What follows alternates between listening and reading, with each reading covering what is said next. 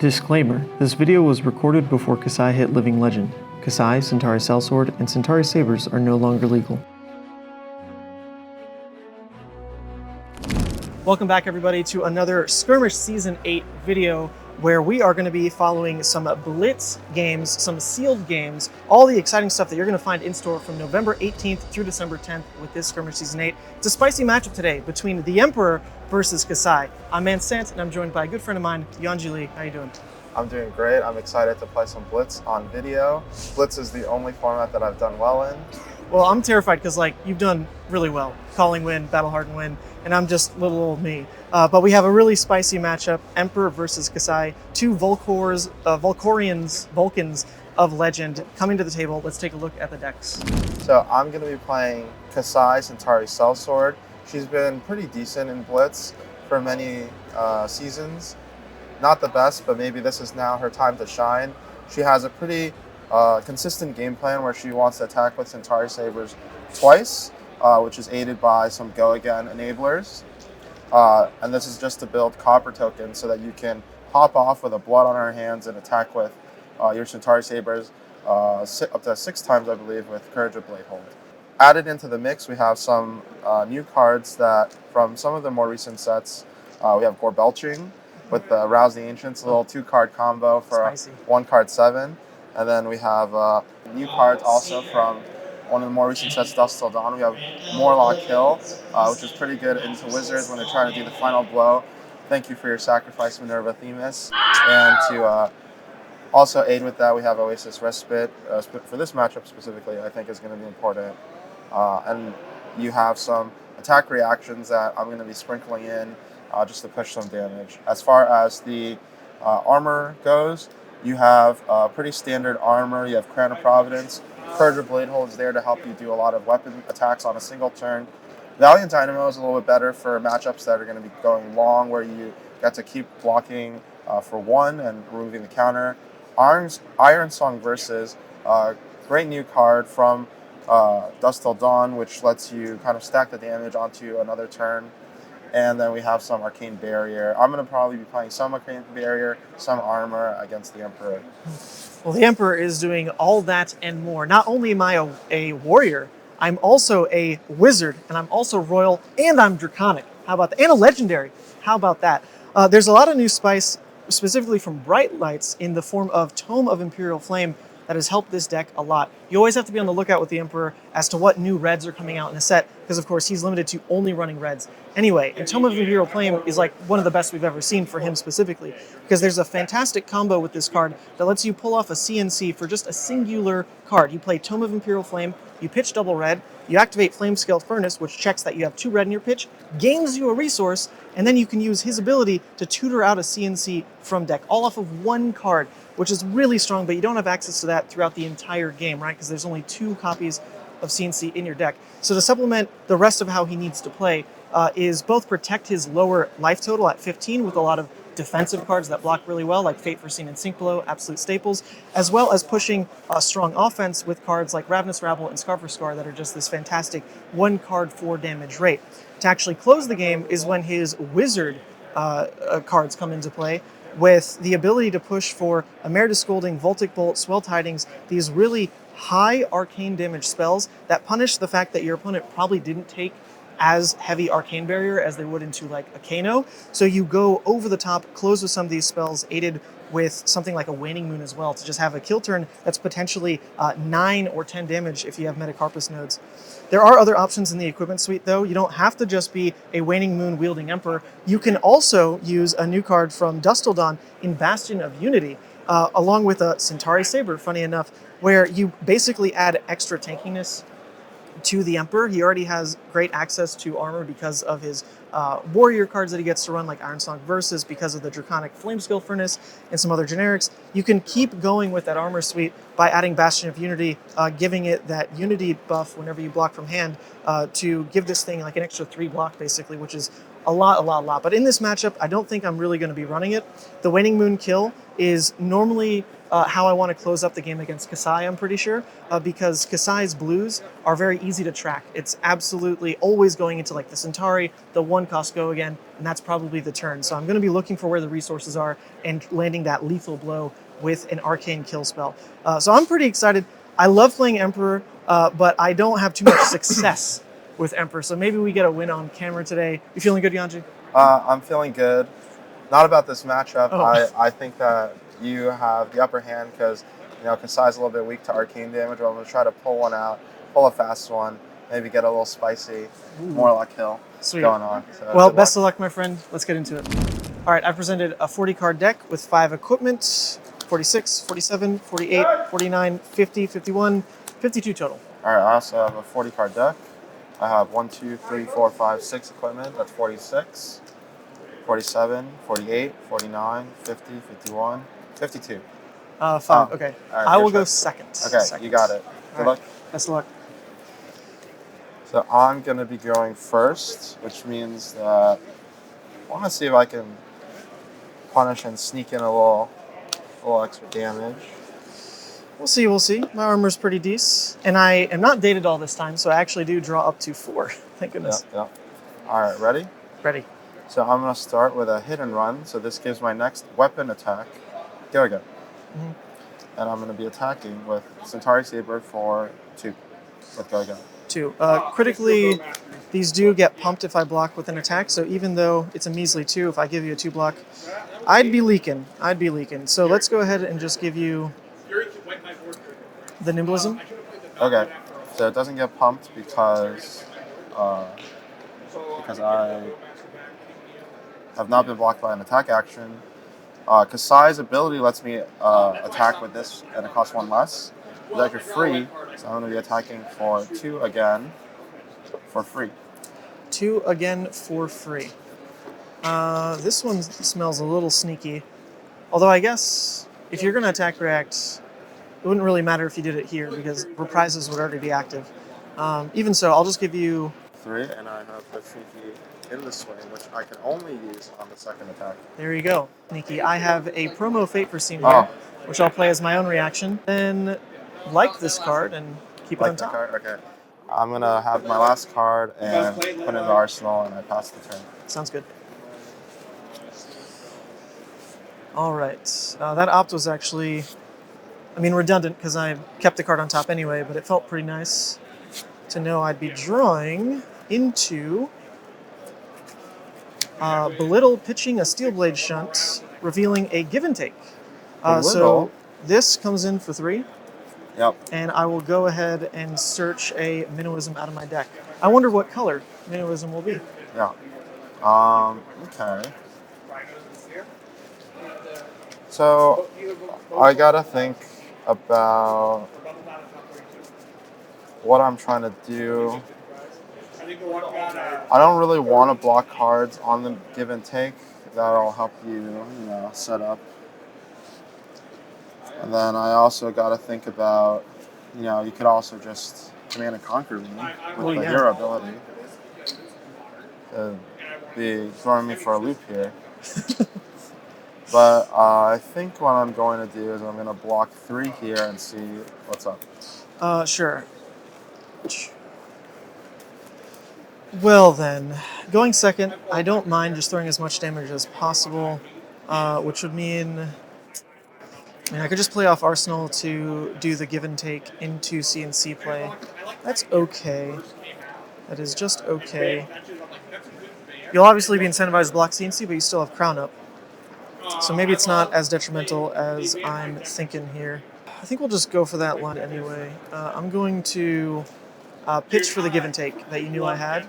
Yep. Comes in for 3. And this one, I don't really want to block. The only card that you can really put, you can put a Nimblism or a Lightning Strike on top. I'm just going to say no blocks here.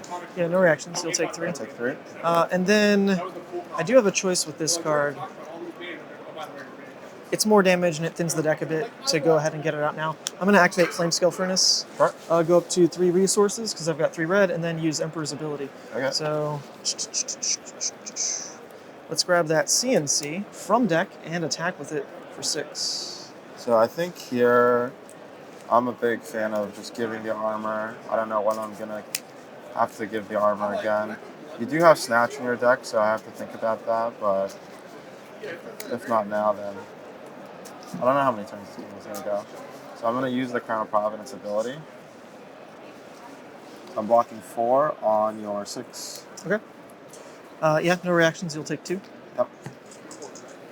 And that'll be my turn. So I presented 12 with a kind of like a hit effect and an inverse hit effect, but I'm off Arsenal, so hopefully that doesn't come back to bite me later. Yeah. In thinking of how to beat Kassai, I actually kind of want this back on top, so we're going to stack it this way. And then say go. So I'm gonna start off. I'm gonna play a Slice and Dice. So this says that my next attack with the sword gets +1. My second attack with the sword gets +3. I'm gonna play a Warrior's Valor. But if it hits, it will go again. And then I'm attacking with the Cintari Saber. This is coming in for 6 friendly. 6, and it only has go again if it hits. And critically, you really want it to hit because otherwise this buff is dead, right? Yep. So with 1 floating, what I really need to be careful of is any of your pumps. Normally a pump is only going to give +3, but I guess there's a world where it's like the piercing one. I think I do like my play into your hand though, because shutting this off is just so critical. So I'm going to go ahead and give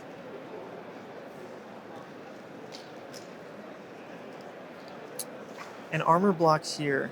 Okay. That's it. No effects. Okay, I'm going to Fate as a reaction. I will... I don't think it super matters where I see these cards. I'm just going to keep cycling just in case I get to that shunk quicker this way. So block 6. I'm gonna play as an attack reaction Puncture, which gives it +3 and piercing 1. So because you're blocking with a armor, it goes to 10. Aha, but this deck is chock full of D-Rack, so I'm going to go ahead and sink, and I will not sink on this. All right, good play. So it's blocked out. I don't have to go again. I'm just going to pass the turn. Okay. Block the 10. Glad I talked through piercing there.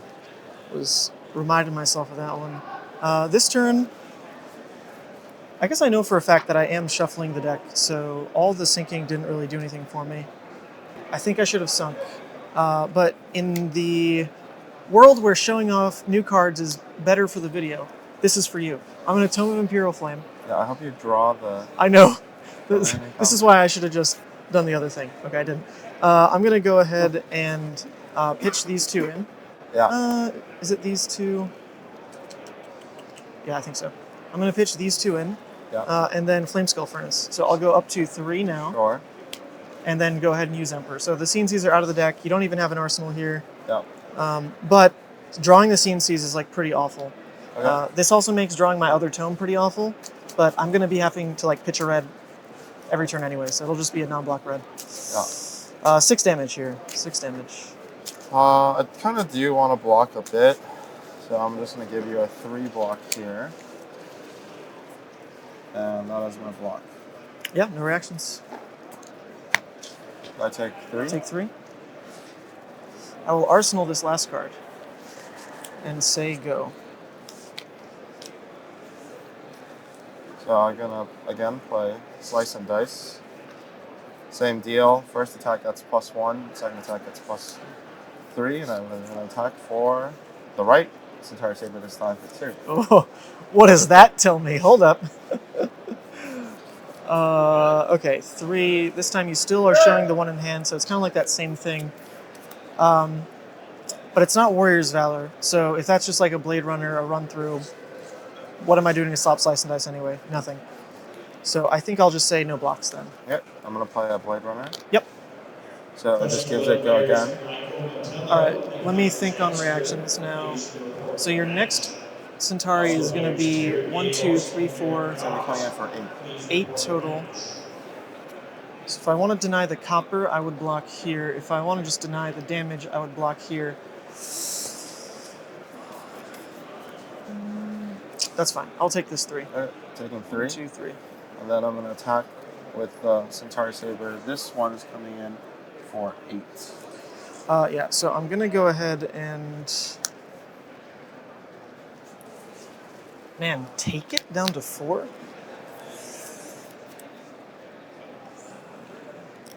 I like how my hand plays enough, and I think this can be better later. I'll say no blocks. Okay. So Go to 4. Go to 4. At the end of the turn, I'm going to make 2 copper tokens because I have hit twice.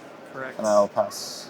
All right, well, there is something that happens when I'm lower life than you, and that is it turns on these fancy Team Covenant promo Scar for Scars. Ooh. So this is coming in for 4. Go again. I'm going to block 3. No reactions. Actually, do I have... Oh, you saw it already. Okay, I'll No, block no, no, 3. it's whatever you want. I'll take 1. Okay, take 1. I will close the chain Yep. to play out a Nimblism into a Overload. So if this hits, it'll have Go Again. It's also got baseline Dominate. So maybe Go Again, definitely Dominate for 6. I'll block this one for 3 as well. So I've taken 3. Yep. With the Go Again, I will simply Sigil. Okay. And then that's it. Not even with the Go Again. All right, go ahead. So what are you on, a two card hand right now? Yeah, so I'm attacking for 2. My hand plays pretty aggressive. I don't think you kill me on a 2 card hand, especially through armor. So it's really a question of, do I want to deny the copper generation? Because that is a really scary 1 card hand if you've got like even 4 copper. I will say no blocks on this. I'm going to play a Blade Runner. Yep. Taking 2. Yep, taking 2 down to 5. And then with the Go Again, I'm now attacking for 5. 5. All right. Well, I'll go ahead and deny the copper. I think... I mean, I need to block anyway or I die. So I'm going to block here, and then as a reaction, sink. Okay.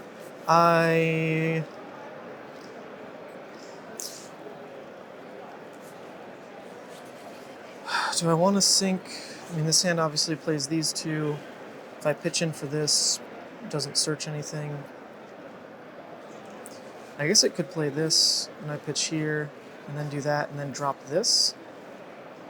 So I guess I'm not going to sink because I might draw the Phoenix Flame. Sounds so good. I'll just block 5. All right, and then at the end of my turn, I'm going to make 1 copper.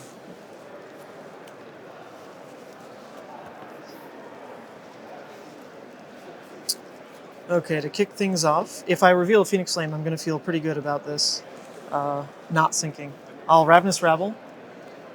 Just, oh, the Steelblade Shot back on top. There we go, 4 Go Again. I'm going to block 3. Take 1. Sure, take 1.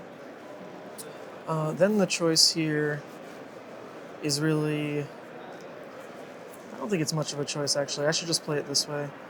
I'm going to Flame Call, pitch here. Yep. Since I've played a red, I'll go ahead and search for the Phoenix. Sure. Grab it, coming in for 3 Go Again.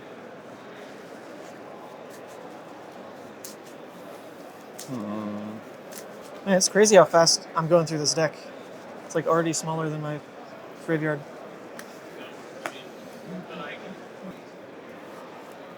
Block 3. Okay, I will activate Flamescale Furnace, which brings me up to 2 resources, and then finally drop an Arcane Spell, Spell Tidings for 5. I'm going to prevent 2 damage. Okay, take 3. No Ponder trigger or anything, that is just my turn. Pretty sneaky to go I'm going to pass. attacks into Arcane. 1, 2, 3, 4. Oh yes, true. I could do something. You have AB2. I can't. No, I can't do anything on this end. It's fine. It's fine.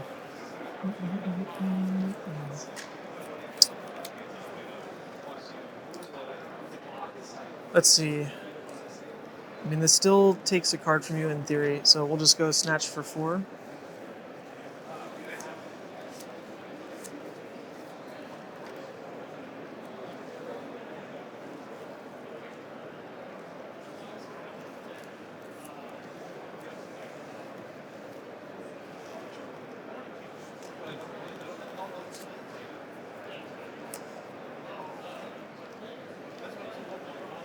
Block the On 4. I will simply sigil. Yep. Up to 8. I think I will also flame skill this away Okay. and say go.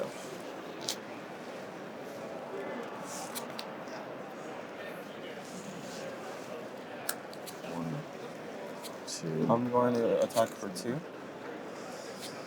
4. Okay, attacking for 2. With 2 floating, with 2 arcane barrier. With potentially Oasis Respite. Is 4 still good enough?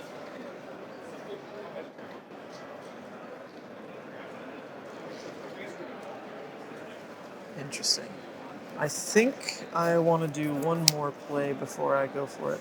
I will say no blocks. I'm going to play a run through. Okay. No reactions. Taking 2. Take 2. Attack for 5. Attacking for 5. So critically, it doesn't present lethal. If you do pump it with a 1 cost, I think I just win. So I'm going to say no blocks. +3. Oh! Oh wait, there's 0 cost reactions. Okay, if you have an Oasis Respite in hand, then we're going to lose here. But that's okay. That's okay. I guess in theory, even if you have a blue, it's 5, 6, 7, 8. Now, if it's just a blue, I will win. So I'm going to play Storm Striders. Yeah. You're making me look like a fool, Yuanji. Okay. I'm going to pay for Storm Striders, Yeah. okay? And then pay into the Voltic Bolt here. Then activate Flamescale Furnace, which brings me up to 4 resources. And I'll spend 2 of them immediately for the Waning Moon. So the Waning Moon comes in for 3, and then 5. So what are you doing on the 3? No, you don't. I'm just going to die. Oh! Why? Oh my god. Why you gotta do that? That's the Oasis. This is so bad. Alright, good game, Yuanji. Good game. Oh my gosh, my heart. My heart. Make my life shorter by like 5 years with that one. Okay. That was a fun game. You know, you had the defense reactions at key times. Yeah, that was a lot of them early. Yeah. And to be fair, it's like momentum, right? I find one, I'm opting, I'm syncing like to the next one, because that's the important part of this matchup is, you know, control where the damage happens, and D-Reacts are so good for that. Man, there's like a tense balance with this deck where there's obviously a point in the game where if I have to start blocking, the deck can just fall apart. Sure. Because like, look at this. This hand is so many 2s, and the value is just obviously better if this is played aggressively, if this is played aggressively, if this is played aggressively.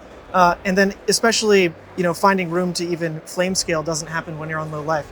So it's about using like your armor early, which I was trying to be hesitant about. And we did end the game with like quite a bit in the end there, to find those windows to drop like the bunch of 0 for 4 hands, and then that sneaky like 2-drop arcane spell right in the middle of the game felt like that's where a lot of guaranteed damage was landed to really set up the end game. But whew, still scary, because as a wizard, you have like the auto loss cards. Sure. Not only Oasis. I saw you pitch that Morlock Hill, so luckily no Minerva to really worry about. But man, I think Emperor feels really good. We saw the Tome come in. Emperor surprisingly a lot tankier than you would imagine. Has, you know, both good rate offensive and defensive cards. Yes. Well, she's I think in top 4 of Living Legend right now. So Kassai still obviously putting up the wins. Like you said, consistency is big. So if you're looking to play in like the skirmish season, Kassai's obviously put up results. She's sticking to her game plan. Whereas Emperor is like a bit spikier. He hasn't got the big wins yet, but as we've seen, the deck quality like keeps getting better and better by set. So I've got my eyes on Emperor, just saying. I think he's about to have a breakout performance. But Yuanji, just want to thank you again for joining me for this video series. It was a lot of fun, my friend, especially with that finish there. So thanks a lot for joining me. Okay. See you in the next one.